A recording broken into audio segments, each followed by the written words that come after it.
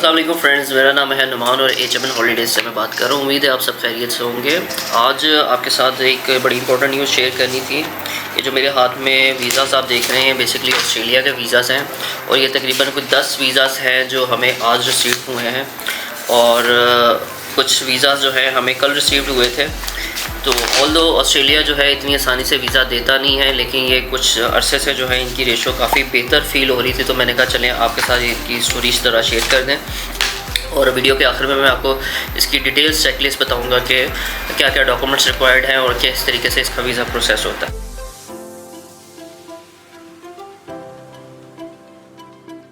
ये जी मोहम्मद अली हसन साहब हैं जिन्होंने अपने और अपनी फैमिली का वीज़ा प्रोसेस किया था और ये सब क्लास 600 वीज़ा कैटेगरी है जिसको टूरिस्ट वीज़ा भी कहते हैं। और इनको जो ये वीज़ा ग्रांट हुआ है वो 1 ईयर का वीज़ा ग्रांट हुआ है इसकी पूरी फैमिली को। और वीज़ा जो इन्होंने अप्लाई यानी कि जो जिस दिन इनकी फ़ीस पे हुई थी वो थी 20 जून 2024। 20 जून 2024 को जो है इनकी एप्लीकेशन फ़ाइल हुई थी और जो रिज़ल्ट आया है वो है 24 जुलाई 2024, यानी कि आज इनका जो है वो वीज़ा एप्लीकेशन जो है वो अप्रूव्ड हुई हैं और सबको जो है ये वीज़ा जो है वो रिसीव्ड इनके ईमेल पे हो गए। तो अब मैं आपको बताता चलूँ कि जो ऑस्ट्रेलिया का जो वीज़ा है वो नॉर्मली इतनी आसानी से मिलता नहीं है, लेकिन पिछले 1-1.5 मंथ से हम नोटिस कर रहे हैं कि इनकी रेशो काफ़ी बेहतर हुई है और इनका प्रोसेसिंग टाइम भी काफ़ी शॉर्ट हुआ है। 50% जो एप्लीकेशंस हैं, मतलब मैक्सिमम जो एप्लीकेशंस हैं उनका जो अब 10 से 12 दिन में आ रहे हैं और जो डिले हो रही हैं वो मैक्सिमम भी 30 to 40 डेज़ के अंदर इनके जवाबात आ रहे हैं ऑस्ट्रेलिया वीज़ा के हवाले से। ये मैं सब क्लास 600 की बात करूं जिसको आम ज़बान में आप टूरिस्ट वीज़ा भी कह सकते हैं, विज़िट वीज़ा भी कह सकते हैं। जो ऑस्ट्रेलिया का जो वीज़ा है मैं बताता चलूँ कि अगेन कि इतनी आसानी से वीज़ा मिलता नहीं है, मतलब आपकी थोड़ी बहुत ट्रैवल हिस्ट्री होनी चाहिए। लेकिन इनमें से 3 केसेस ऐसे भी हैं जो इससे पहले हमने प्रोसेस किए थे, वो फ्रेश पासपोर्ट थे और उनको हमने मना भी किया था कि मल्टी अटैम्प्ट करें, रिजेक्शन के चांस हैं, लेकिन अल्हम्दुलिल्लाह उनके वीज़ाज़ भी जो है अप्रूव्ड हो गए थे। तो जो डॉक्यूमेंट्स हैं वो मैं आपको बताता चलूँ कि इसमें डॉक्यूमेंट जो इंपॉर्टेंट है वो लास्ट 6 मंथ की आपकी बैंक स्टेटमेंट है with government maintenance letter. Balance आपका एटलीस्ट इतना होना चाहिए कि ट्रिप की कॉस्ट कवर हो रही हो, या आजकल के हिसाब से अगर बात करें तो 1 मिलियन से थोड़ा आपके ऊपर पैसे होने चाहिए। इसके अलावा शनाख्ती कार्ड की कॉपी चाहिए। आप क्या बिज़नेस कर रहे हैं, बिज़नेस का एविडेंस होना चाहिए, NTN होना चाहिए। चेंबर की एफिलेशन है तो वो साल लगाएं, चेंबर का रिकमेंडेशन लेटर है वो साल लगाएं। उसके अलावा hotel booking, flight reservation, tour plan, cover letter details वो हम आपको गाइड कर देंगे। इसके अलावा अगर आपके नाम कोई एसेट्स हैं, प्रॉपर्टीज़ हैं, सेविंग बॉन्ड्स हैं तो वो उनका आप प्रूफ साथ लगा सकते हैं।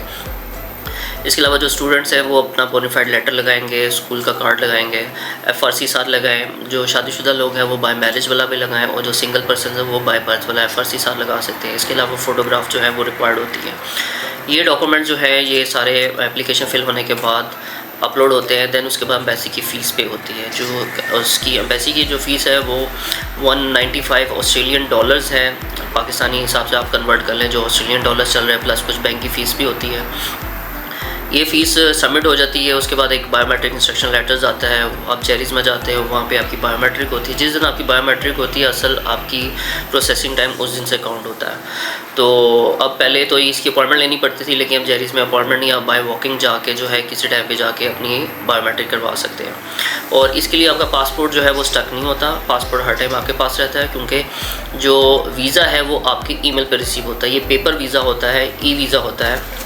जैसा ये मैं आपको बताता चलूँ, ये वीज़ा है और ये नहीं कि वीज़ा स्टैम्प होगा या कुछ होगा। आपने जैसा दुबई का वीज़ा साथ कैरी करते हैं इसी तरह ऑस्ट्रेलिया का भी पेपर वीज़ा है और ये 1 ईयर का जो इस फैमिली को अप्रूव्ड हुआ है वो 1 ईयर का मल्टीपल एंट्री वीज़ा मिला है। इसमें आपको ईमेल पे जब वीज़ा रिसीव हो जाता है तो आप उसके ऊपर देख ले तो वैलिडिटी क्या लिखी होती है, उसके अकॉर्डिंगली आप अपना ट्रैवल प्लान कर सकते हो। और ये कहीं से भी कहीं पे भी अप्लाई हो सकता है। लेट्स से जो हमारे क्लाइंट सऊदीया में बैठे हुए हैं, दुबई में बैठे हुए हैं, कतर में बैठे हुए हैं, ओमान में बैठे हुए हैं, मलेशिया में बैठे हुए हैं या सिंगापुर में बैठे हुए हैं, उनका भी वीज़ा वहाँ से प्रोसेस हो सकता है।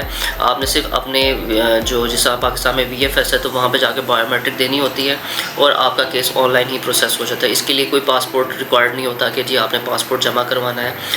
जस्ट आपको पेपर पे वीज़ा, ईमेल पे पेपर वीज़ा रिसीव हो जाएगा और आप ट्रैवल कर सकते हैं।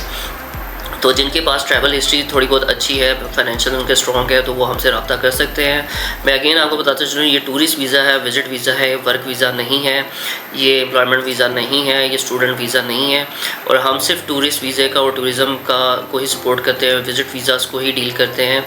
और ना ही कोई हमसे कॉन्टैक्ट करे कि जी आप डन बेस पे वीज़ा अप्लाई करें। डन बेस पे वाला कोई चक्कर नहीं होता मेरे भाई। आपके पास डॉक्यूमेंट्स हैं, आपके पास फाइनेंशियल स्ट्रॉन्ग्स हैं, तो आप अप्लाई कर सकते हो किसी भी कंट्री का टूरिस्ट वीज़ा। डन बेस वाला कह के ना अपना टाइम ज़ाया करें ना हमारा टाइम ज़ाया करें। वही जो पैसे आपने डन बेस के ऊपर देने, मैंने पिछली वीडियो में भी बताया था कि वही पैसा आप अपने ऊपर इन्वेस्ट करें तो ज़्यादा बेहतर है।